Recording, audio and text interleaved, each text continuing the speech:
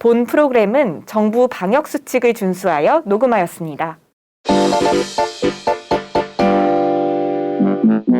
옛날 옛적 비유라는 사람이 살았어요.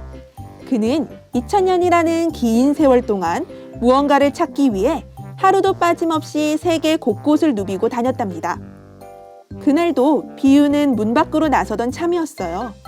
그때 힘없이 걷고 있던 비유의 앞에 한 사람이 나타나 물었어요.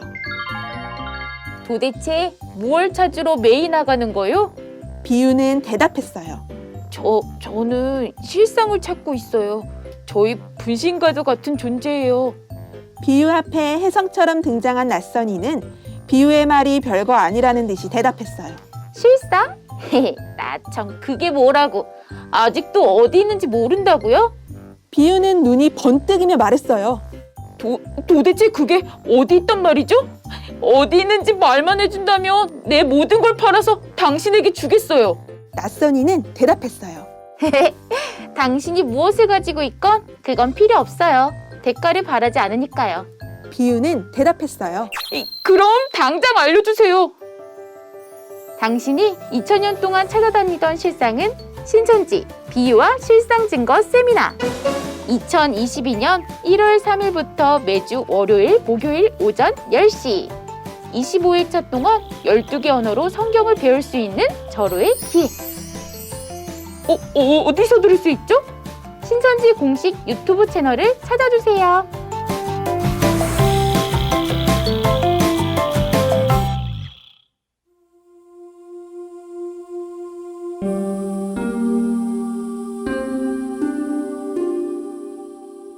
옛날 한 나무꾼이 라디오를 들으며 도끼질을 하다 라디오를 연못에 빠뜨렸어요.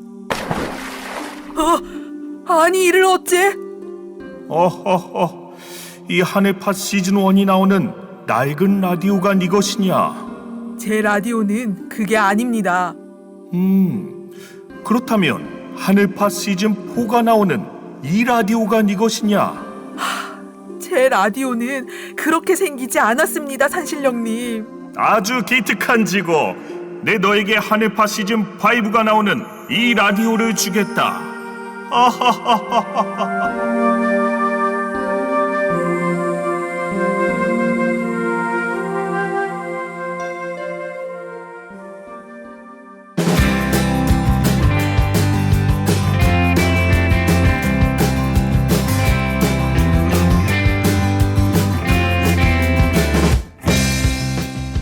바이블 인사이드 하편 많이 기다리셨죠? 시작하기 전에 좋아요와 구독, 다운로드 누르는 센스 잊지 말아주시고요. 그럼 다음 이야기 지금 바로 시작합니다. 완벽한 비디오였습니다. 좋습니다. 그러면은 레몬님의 질문, 그냥 무슨 뜻인지 알고 싶대요. 이게 무슨 네. 뜻인가요? 아, 그런가요? 예, 하나하나 좀 알려드리도록 할게요. 자, 그럼 33절에 아까 가장 먼저 나온 단어가 비유라는 단어예요. 비유. 네. 천국에 대해서 비유를 한 거죠. 그럼 이거를 알려면은 여자가 무엇이고 가루 서말이 무엇이고 누룩이란 말의 의미가 무엇이고 부푼다는 그 말의 참뜻을 알게 되면 아, 이게 천국이구나라고 이해가 되겠죠. 네. 근데 아까 먼저 여자라는 단어를 해석해 드렸죠. 네. 네, 예.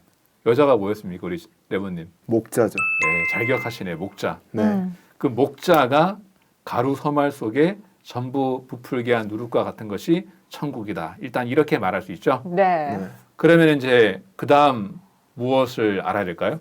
서말? 예, 서말, 누룩. 누룩. 그럼 서말 먼저 우리가 보도록 하죠. 네, 서말 좀 생소한 단어인데 요즘에 많이 쓰지 않는 단어예요. 네. 네, 그런데 이 서말이라는 것은 아까 우리가 요한계시록 17장 1절에 대접이 나왔었잖아요. 네. 이 대접과 연관이 되어 있기 때문에 이 서말에 대해서 먼저 설명을 좀 해드리도록 하겠습니다. 예전에 지금 이제 두 분 같은 경우는 이게 너무 젊어서 네, 한 분만 젊습니다. 너무 어려서 어린 분과 젊으신 네. 건가 모르겠지만 어려서 네. 젊으셔가지고 이런 경험이 없을 것 같은데 예전에 쌀집이나 시장에 가게 되면 쌀 한 대, 뭐 한 말 이런 말을 많이 썼거든요. 요즘에는 그런 말을 쓰지 않죠. 네. 네, 근데 이 말이 다 되다라는 것은 무엇을 담는 그릇이에요. 그릇. 네, 그릇. 양을 측정하는 그릇인 거죠. 서라는 것은 셋이라는 뜻입니다. 네. 그럼 서말이라는 것은 그릇이 3개 있다는 뜻이죠. 예, 여기까지 이해되시죠? 네. 네. 그러면 이 그릇이 뭘까? 우리가 예전에 속담에도 뭐 사자성어에도 대기만성이다. 예. 우리 레모님은 참 대기만성형 인간인 것 같습니다. 네. 그런 인간? 소리 좀 많이 듣죠. 아, 대기만성형 사람. 네. 보고 싶네요. 대기만성 됐을 때. 근데 항상 대기만성입니다. 아, 네.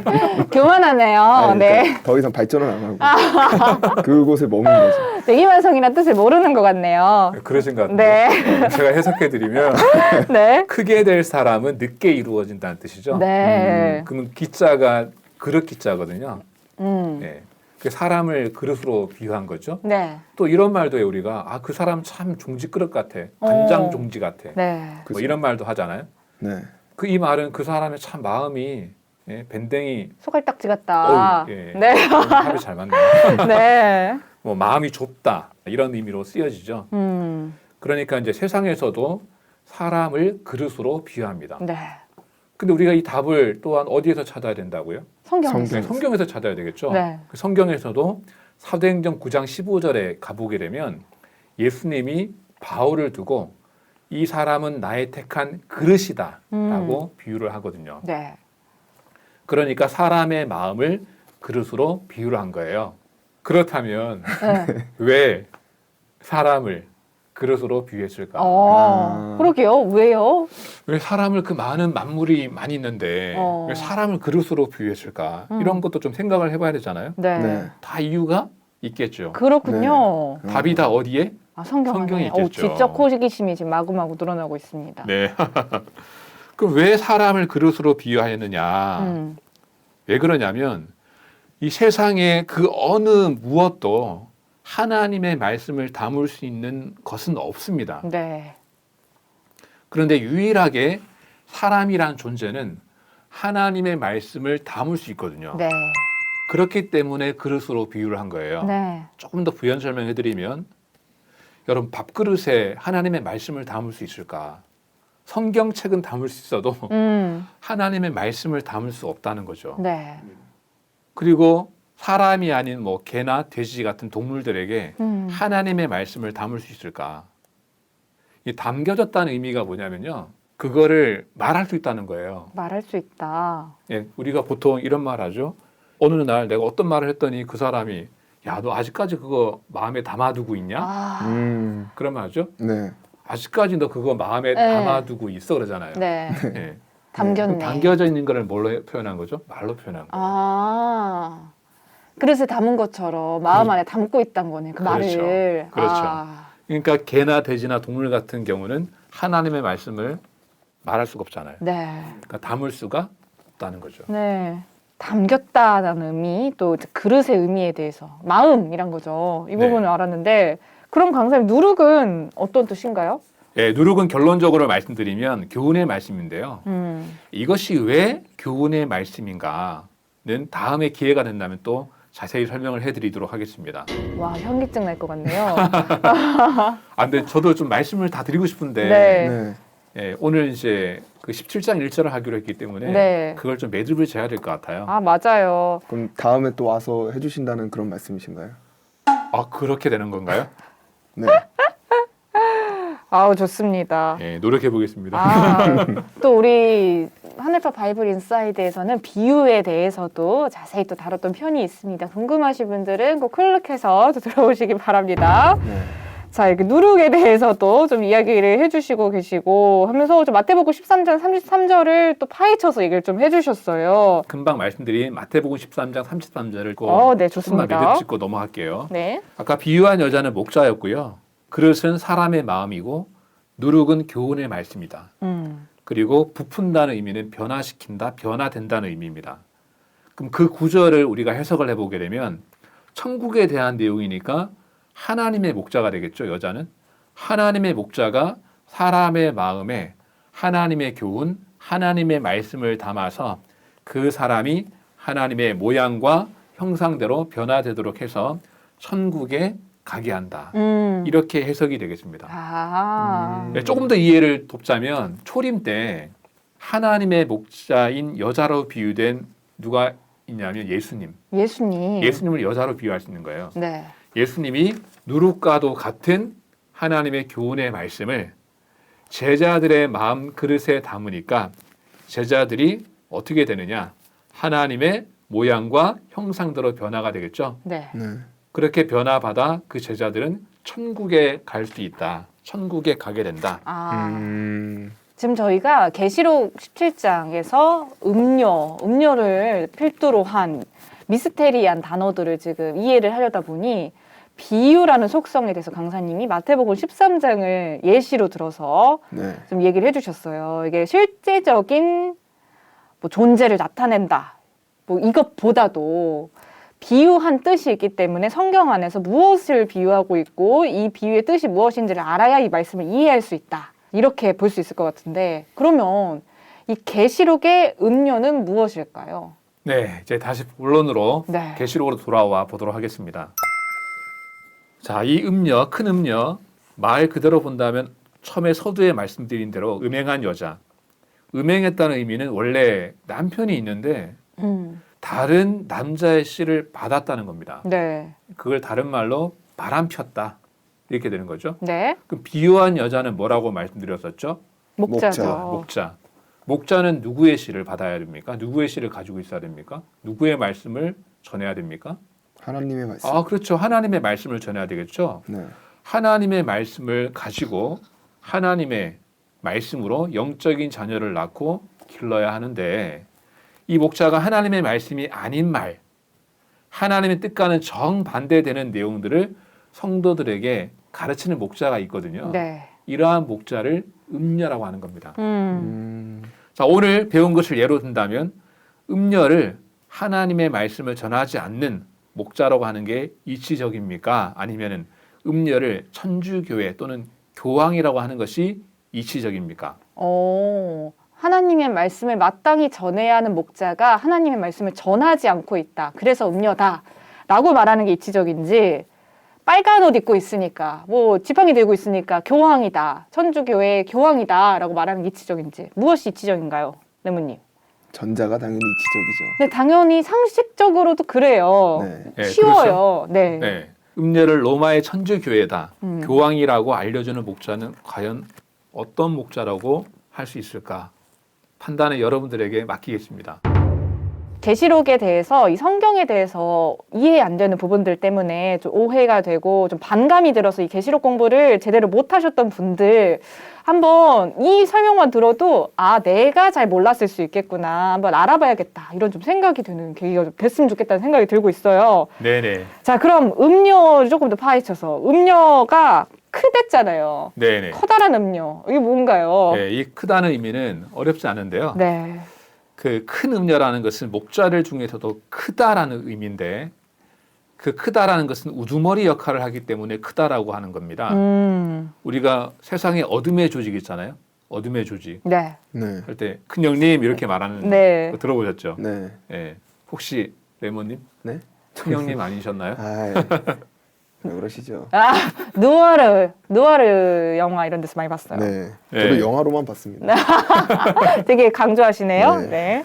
그래서 큰 형님이라는 말 들어보신 것처럼 조직의 보스를 크다 해서 큰 형님이라고 네. 하는 것처럼 이 큰 음녀라는 것은 그 목자를 중에서도 머리 역할, 우두머리 역할을 하기 때문에 크다, 큰 음녀다라고 말하는 것입니다. 네. 그 다음에 또 궁금한 게 있죠. 큰 음녀가 해결됐으니까 이 음녀가 어디 위에 앉아 있답니까? 많은 물 위에 앉아 있다는 거죠. 네. 그리고 이 많은 물은 요한계시록 17장 15절에 가보게 되면 뭐라고 해석이 되어 있냐면 백성과 무리와 열국과 방언이라고 나와 있습니다. 그럼 백성, 무리, 열국, 방언의 의미가 무엇인지도 우리는 알아봐야 되겠죠. 네. 네. 이것도 무엇이냐? 비유라는 거예요. 비유. 계시록의 말씀이 다 비유인가요? 예, 맞습니다. 비유. 오. 그래서 이 비유를 알아야 요한계시록을 다 해석할 수가 있습니다. 성경의 모든 말씀이 비유인가요? 아, 그렇지 않죠. 오. 성경의 모든 말씀이 비유가 아니고요. 성경의 비유로 기록되지 않은 것들도 상당히 많이 있습니다. 뭐 역사적인 사실이 기록되어 있기도 한다는 거죠. 그렇죠. 역사적인 내용이나 교훈적인 내용들은 비유가 아니기도 하고 그대로 그건 해석을 그렇죠. 있는 그대로 해석을 해야 되는 것도 있고. 그렇죠. 그런데 성경에서 비유로 기록된 내용들은 천국 비밀이나 아, 아니면 예언서에 나와 있는 내용들은 대부분이 비유로 기록이 되어 있습니다. 아, 그러면 아까 얘기해 주시려다 말하는데 이 마태복음 13장 그 내용 왜 이렇게 어렵게 말씀하시냐. 이게 천국에 대한 거다 보니까 쉽게 꽁으로 주실 수가 없었던 걸까요? 네.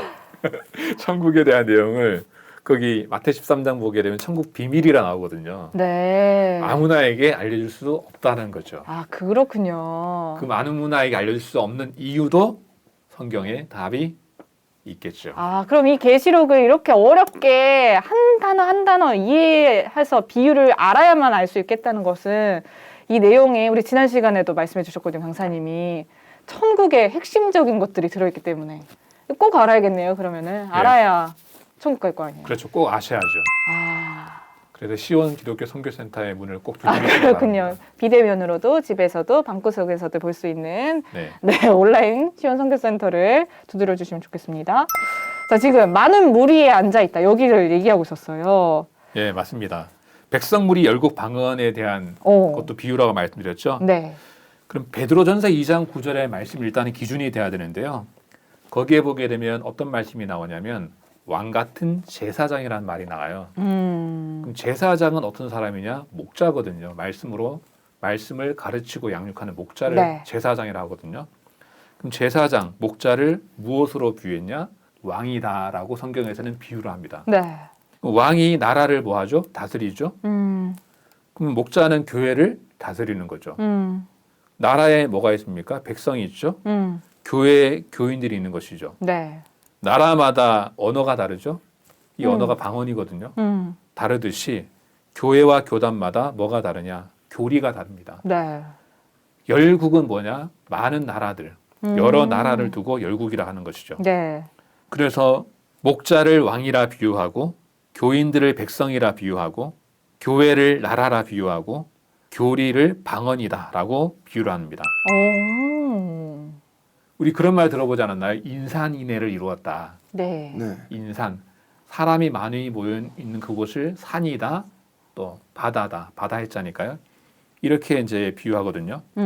그리고 무리에 앉았다, 또는 성경에 탔다라는 말도 나와요. 네. 예, 탔다, 앉았다. 이 의미는 그 탄 자가, 앉아 있는 자가 그것을 주관한다, 다스린다는 의미가 됩니다. 아.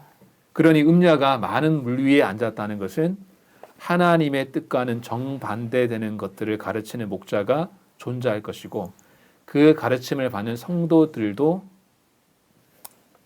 있게 될 것이고 그 목자가 그 성도들을 다스린다는 것입니다. 아, 약간 그런 느낌이네. 꼭대기에 앉아 있다. 예, 맞아요. 아, 음녀, 큰형님. 네, 하나님을 어떻게 보면 대적하는 그 세계의 큰형님 같은 존재인 거죠. 네, 맞습니다. 예. 그렇다면 그 음녀가 우리와 무슨 상관이 있나요? 그러게요. 그게 중요해요. 예, 이게 중요하죠. 네. 이 말씀이 나랑 아무 연관이 없다면은 읽을 필요가 없겠지만 네. 우리가 연관이 있기 때문에 읽는 거 아닙니까? 음녀라는 존재를 우리가 잘 알아야지만 음녀라는 그 목자에게 가지 않을 수 있습니다. 안 어둠의 갔을 세계에 때는. 안 빠져야 돼요. 맞아요. 그렇죠. 네. 그 조직의 어둠의 조직에 네, 지금 레몬을 바라보시면서 당부를 해주시고 계신데 큰형님한테 가면 안 돼요. 레몬, 큰형님한테 가면 안 돼요. 저도 늘 하는 말이지만 네. 쉬운 선교사처럼 수료한 사람으로서 어떻게 그런 일이 있겠습니까? 큰형님한테 안 갈 수 있겠어요? 네, 알겠습니다. 당연하죠. 많은 물로 이제 비유된 많은 그 교인들 있잖아요. 그 교인들이 음녀가 하나님의 말씀이 아닌 다른 말을 하거나 또는 하나님의 뜻과는 정 반대되는 행동과 말을 하는 것을 깨닫고 알고 있다면 거기에 함께 있을까요? 아니면 거기서 나올까요? 내가 모시고 있는 형님이 큰형님이었거나 어둠의 세력이었다거나 이걸 알고서는 진짜 신앙인이라면 다른 사람이라면 있기 쉽지 않죠. 도망가야죠. 그렇죠. 그 네. 목자 밑에서 신앙을 할 수가 없겠죠. 네. 못하겠죠. 네. 그런데 왜 거기 밑에 있느냐?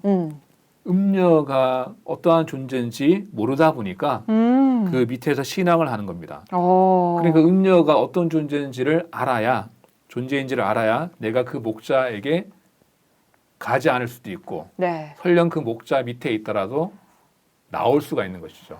이거네요. 천국 가는 길을 가르쳐 준다 했는데 천국에 가기 위해서 지옥에 안 갈 길을 지금 알려주는 느낌이에요. 음료에 대해서 배울 때. 네, 맞습니다. 예. 아, 그 성경에 하나님께서는 천국 가는 방법도 알려주시지만 네. 지옥에 안 가는 방법도 알려주시는 거거든요. 아, 꼭 알아야겠다. 이 계시록. 17장 특히 그렇죠. 네. 네, 굉장히 중요한 내용입니다. 네. 그리고 또 저희가 바로 저번 시간에 배운 건데 계시록을 이렇게 알려줄 수 있다라는 건 실상이 나타났기 때문이다. 그러면 이 음녀의 실상이 나타났고 이루어진 건가요? 네, 제가 지금 음녀가 무엇인지 대접이 무엇인지 이런 걸 하나하나 지금 뭐 하고 있나요? 설명을 해드리고 있죠. 네. 네. 설명을 할 수 있다는 것은 무엇이냐면 실체와 실상이 나타났기 때문에 하나하나 설명을 해드릴 수 있는 것입니다. 그러니까 결론을 말씀드리면 음녀의 실체가 나타났다라고 말씀을 확실히 드릴 수 있습니다.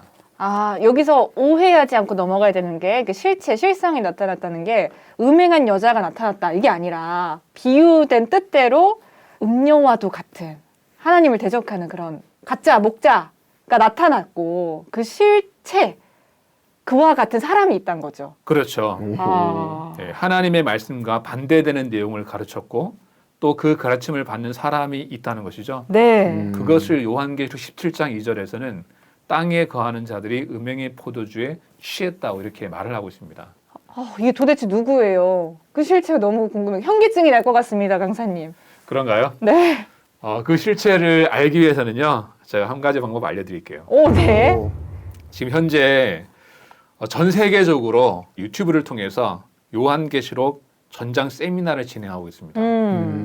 그래서 요한계시록 17장의 말씀도 이미 했거든요. 그래서 그 말씀을 들어보시면은 명쾌하게 해결을 받으실 수 있습니다. 아니 또 한 가지 방법이 있습니다. 네네. 뭐냐면 여러분 주변에 아마 신천지인들 한두 명쯤은 알고 계실 거예요. 그쵸. 성도님들이 하도 많아서요. 그렇죠. 그러니까 신천지인들이 성경을 상당히 많이 알고 있습니다. 그렇기 때문에 그분들에게 물어보셔도 충분히 그분들은 대답을 해 주실 거라 생각합니다. 현기증이 날 것 같았는데 현기증을 풀 수 있는 그 소화제가 유튜브에 있다고 알려주신 겁니다. 네. 자, 그러면은 좀 다음 뜻도 한번 궁금해요. 아까 그 그릇에 대해서 이제 알아봤는데 여기서는 이제 그 그릇의 일종인 천사가 대접을 가지고 있습니다. 네, 그 의미까지 속 시원하게 알아보도록 하겠습니다. 네.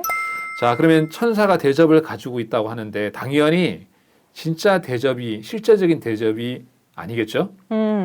만약에 실제적인 대접이라면 천사는 영이니까 안 보입니다. 대접은 물질이니까 보이겠죠? 그러면 천사가 안 보이고 대접은 보이니까 둥둥둥 하늘에서 구름만 둥둥 떠다니는 공중부양. 그런 기기한 현상들이 어떻게 이런 일이 일어나겠습니까? 과학적이지 않죠. 예. 이해가 안 돼요. 네. 네, 맞아요. 그러니까 이것 또한 비유한 대접이 되는 것이죠. 네. 계시록 17장 1절에 나오는 그 7 대접은 계시록 15장부터 보셔야 이해를 할 수 있는 내용이에요. 대접은 아까 말씀드린 대로 그릇이고 그릇은 사람이 되는 것이죠. 네. 그 7 천사가 7 대접을 가지고 있다는 그 말은 7 천사가 7명의 사람을 택해서 들어 쓴다는 의미가 됩니다. 근데 여기에 누구의 진노가 가득 담겨 있다고 하냐면 하나님의 진노가 가득 담겨져 있다 그러는 거예요. 네. 네. 그럼 하나님의 진노가 담겨져 있다는 그 의미는 하나님의 진노의 그 말씀이 그 사람에게 담겨져 있다는 겁니다. 아까 담겨졌다는 의미 말씀드렸죠. 그 말을 마음에 품고 있다는 거잖아요. 그렇죠. 예, 하나님의 그 심정과 네. 그 환한 그 마음과 그 말씀을 마음에 담고 있다는 겁니다. 그 진노했다는 말은 화가 났다는 거죠. 네. 네. 누가요? 하나님께서. 그럼 하나님께서 왜 화가 나셨을까? 누군가가 잘못을 했는데 당사자는 그 잘못을 모르고 그렇기 때문에 하나님은 천사를 통해서 천사는 택한 그릇과도 같은 그 사람을 통해서 잘못을 드러내게 되고 무슨 잘못을 했는지 네. 그리고 하나님께서 왜 진노하셨는지를 알려주는 것입니다. 네. 그게 뭐냐? 대접을 붓는다, 대접을 쏟는다 이렇게 성경에는 표현을 하는 거예요. 네. 우리가 평소에 이런 말 하거든요. 엄마가 아이들이 잘못하면 큰 소리로 혼을 내죠. 두 분 다 혼 많이 났죠? 어렸을 때? 레몬 뭐 꽤나 많이 혼났을 것 같아요. 레몬님 많이 혼나셨을 것 같아요. 저요? 뭐 거짓말은 하시죠. 아니 근데 왜 빠져나가세요? 안 혼나셨어요, 장금이? 저도 꽤나 많이 등짝 스매시 맞았습니다. 다 혼나죠. 네. 계속 혼나면 그 아이들이 뭐라 그래요? 아 엄마 그만 좀 해. 그만 나 이 말 듣기 싫어. 그만 좀 퍼부어. 그만 좀 퍼부어 이러잖아요. 네. 예, 퍼부어. 성경의 예레미야 6장에서도 그런 표현이 그대로 나오거든요.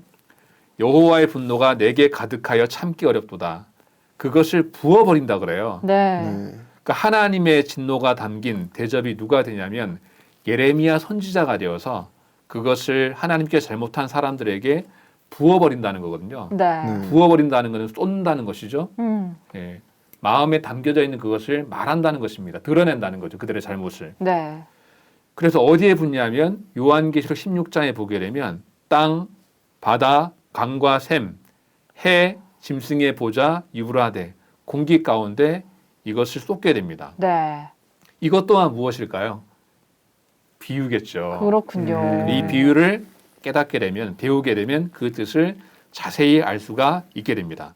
그러면 이제 계시록 17장 1절에 나오는 7 대접을 가진 7 천사 중 하나. 이 뜻이 좀 해석이 될 것 같아요. 이게 무슨 뜻일까요? 예, 이제는 어렵지 않죠, 이제. 그럼 이 뜻은 천사가 하나님의 진노가 담긴 사람을 통해 계시록 16장에 하나님의 진노를 쏟아 심판했는데 네. 그 심판한 7 천사 중에 한 천사가 음녀가 받을 심판을 보여준다는 말이 됩니다. 굉장히 자연스럽게 해석이 되죠. 알려준다, 보여준다. 네. 그렇군요. 좋습니다. 그럼 이제 좀 정리를 해볼까요? 계시록 17장 1절. 자, 이 말씀을 한번 정리를 해봐 주시면 좋겠습니다. 네. 자, 이 말씀을 정리를 해보면요. 하나님의 말씀으로 하나님의 자녀들을 양육해야 될 목자가 하나님의 말씀이 아닌 말들로 많은 교인들을 올바른 길로 인도하지 못하고 그리고 지옥 갈 자식으로 키워 놓았기 때문에 결국 이 음녀와 같은 목자는 심판을 받는다는 그런 의미가 되겠습니다. 오늘 이 내용은 계시록 중에서 아주 적은 일부를 설명해 드렸는데요. 여러분께서 신천지 계시록 세미나 영상을 보시면 1장부터 22장까지 다 이해를 하실 수가 있습니다. 혹시라도 이제 이 세미나가 목회자분들 대상으로 하다 보니까 어려울 수 있거든요, 내용이. 내용이 어려우신 분들은 시온 기독교 선교센터로 연락 주시거나 주위의 신천지인들에게 가르쳐 달라고 하면 자세하게 알려드릴 겁니다. 네. 근데 참 이 성경이 듣기 전에는 참 어려웠는데 지금 강사님의 설명을 들으니까 참 쉬운 것 같아요. 왜 그런 거죠? 네. 굉장히 저돌적이다. 왜 그런가요? 제가 이 말씀을 가르치는 입장에서 곰곰이 말씀도 묵상해보고 하나님의 뜻도 생각해 보았을 때 하나님께서는 겸손한 마음을 가진 사람 그리고 하나님의 뜻을 알고 싶은 사람들에게는 이 말씀을 잘 깨닫게 해주신 것 같습니다. 제가 선교센터에서 강의할 때 있었던 경험담인데요. 이 성경이 참 어려운 책이거든요. 그런데 좋은 학교를 나오고 세상에서 많은 것을 배웠다고 잘 깨닫는 것이 아니라 세상 학교를 못 나와서 배운 것이 없어도 잘 깨닫는 분들이 상당히 많더라는 것입니다. 여러분 세상 학문이 많아야 잘 깨달을 수 있는 이 책이 성경이라면 우리는 이 성경을 배우기 위해서 어디로 먼저 가야 될까요? 대학교를 먼저 가야 되겠죠. 그렇죠. 네. 그런데 이 성경은 이치적이기 때문에 세상 학문을 많이 배우지 못했더라도 또는 신앙을 하지 않았던 무신앙인들이라도 이 말씀을 잘 깨닫다라는 겁니다. 요즘에 전도가 우리 잘 되고 있잖아요. 올해도 한 2만 명 정도 수료를 하는 것으로 알고 있습니다. 네. 지금도 선교센터를 개강하고 있거든요. 비대면 온라인으로. 네, 온라인으로 개강하고 있죠. 근데 지금도 연세 드신 분들이 많이 배우고 계세요. 근데 그 연세 드신 분들은 어떤 세월을 살아오셨냐? 전쟁도 겪었죠. 음. 우리나라 한국사의 격동기의 세월을 보냈잖아요. 네. 네. 그러다 보니까 환경 때문에 본의 아니게 학교를 가지 못하는 분들도 많이 있었고, 그리고 학교를 중도에 포기하는 분들도 많이 있었습니다. 네. 그런데 이제 성경의 이 내용들을 설명할 때 아까도 보았듯이 세상이 이치잖아요. 네. 이치를 들어서 설명을 해드리면 참 재밌다. 이렇게 재밌어 하시면서 잘 들으신다는 거죠. 네. 그리고 잘 이해하세요. 좋은 대학을 나와서 많이 배우신 분들이 성경을 못 깨닫는 분들도 많이 계시더라고요. 그런데 연세가 많으시고 세상에서 많이 배우지 못하셨어도 오히려 성경을 깨닫는 분들이 상당히 많더라는 겁니다. 네. 신기해서 곰곰이 생각을 해봤습니다. 네. 하나님께서는 하나님의 뜻을 알고자 하는 사람 또는 갈급한 심령을 찾으신다는 것. 그리고 세상에 학문이 없어도 못 배웠어도 신앙을 하지 않았어도 세상의 이치를 잘 알게 되면 누구나 성경은 깨달을 수 있도록 만들어 놓은 책이구나. 그래서 하나님의 말씀을 진리라고 하는구나. 이 리자가 이치리자 아닙니까? 네. 네. 그리고 또 하나님은 참으로 공평하신 분이시구나라는 것을 깨닫게 되었습니다. 이 계시록의 말씀을 배우고 17장에 대한 질문을 하다 보니 하나님의 사랑? 하나님의 뜻? 이런 것까지 다 파악을 해볼 수 있게 되네요. 네. 엄청난 시간이었던 것 같습니다. 네. 약간 저는 펜트하우스 이런 내용을 기대를 했는데요, 사실. 그것과 좀 거리가 있었어요. 네. 하나님의 심정을 알고 나니까 차마 그런 농담을 못 하겠습니다. 그렇죠. 자, 오늘 계시록 17장 한번 초반부를 파헤쳐 봤는데 저는 이렇게 좀 정리를 해보고 싶어요. 너무 미스테리하고 궁금하잖아요. 근데 네. 알아보고 나면 감동이 있을 수밖에 없는 내용이구나. 이거 사실 그 사람들이 요즘 쾌락, 재밌고 자극적인 거 좋아한다지만 또 감동 코드만큼 사람들의 마음에 올릴 수 있는 게 없어요. 계시록이 모든 걸 다 품고 있다. 네, 맞아요. 하나님의 사연을 알면은 정말 감동적이죠. 네. 하나님 뜻도 알고 눈물도 많이 흘리게 되고 많이 웃기도 하고 즐겁기도 하고 여러 희노애락이 여기 다 담겨져 있습니다. 네. 계시록 17장 이 맛배기만 했을 때인데도 그렇게 좀 느껴졌습니다. 레몬은 좀 어땠어요? 오늘 들으시면서? 저는 앞서 내용은 장금희님이 다 설명해 주셨으니까 저 같은 경우는 그 가장 마음에 와닿았던 게 네. 아까 강사님이 말씀해 주신 성경에 있는 문제는 성경에서 답을 찾아야 된다. 오. 그게 정말 마음에 와닿았습니다. 왜냐하면 저같이 의심이 많은 사람들은 네, 의심 참 많죠. 저 사람이 저렇게 말을 하는 근거가 어디 있나 라는 그런 생각을 많이 하는데 네. 이미 근거가 다 믿을만 하잖아요. 성경에 그쵸? 있는 문제인데 성경으로 대답했으니까 맞네 약간 이러한 생각이 들어서 네. 정말 좋은 말씀이었다라고 생각했습니다. 그렇군요. 한 줄평 우리 간만에 또 한번 해볼까요? 한 줄평? 또 하나요? 네, 한 줄평 부활을 좀 해보자면 먼저 하세요. 생각할 시간을 좀 벌어드릴게요. 네. 제가 한 줄평을 드리자면 지옥에 가고 싶지 않은 자 계시록 17장을 알아보라 이렇게 얘기를 하고 싶습니다. 큰형님한테 안 가야 돼요. 네. 궁금하신 분들은 들어보시면 되겠고요. 레몬님 한 줄평 한번 내려볼까요? 계시록 세미나를 듣자. 모든 게 다 들어있습니다. 네. 좋습니다. 강사님 오늘 바쁘게 이렇게 같이 또 해봤는데 어떠셨어요 좀? 오늘 저도 이 말씀을 함께 나누면서 정말 즐거운 시간이었고요. 어쨌든 우리는 신앙의 목적이 분명하지 않습니까? 예, 천국에 가는 것이고 그러한 노정들이 다 성경에 기록되어 있기 때문에 이 말씀을 들으시는 청취자분들께서 꼭 알아보시고 네. 확인해 보시고 또 계시록 세미나 들으시고 이 말씀을 깨닫고 천국에 다 갔으면 좋겠습니다. 네. 하나님의 말씀을 마음에 품고 담고 얘기를 해주신 것 같습니다. 네, 좋습니다. 바이블 인사이드 지금 또 이제 계시록을 파헤쳐서 여행을 떠나고 있는데요. 오늘 두 번째 시간 여기서 또 마치도록 하겠습니다. 저희는 다음에 또 흥미로운 계시록 이야기로 찾아뵙겠습니다. 고맙습니다. 감사합니다. 네,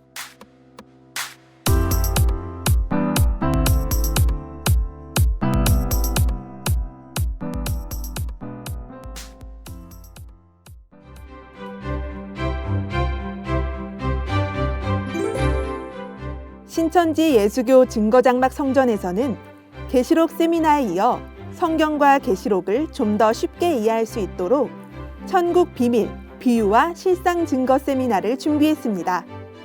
1월 3일 월요일부터 매주 월요일, 목요일 오전 10시에 총 25회, 13주 동안 12개의 언어로 라이브 송출되는데요.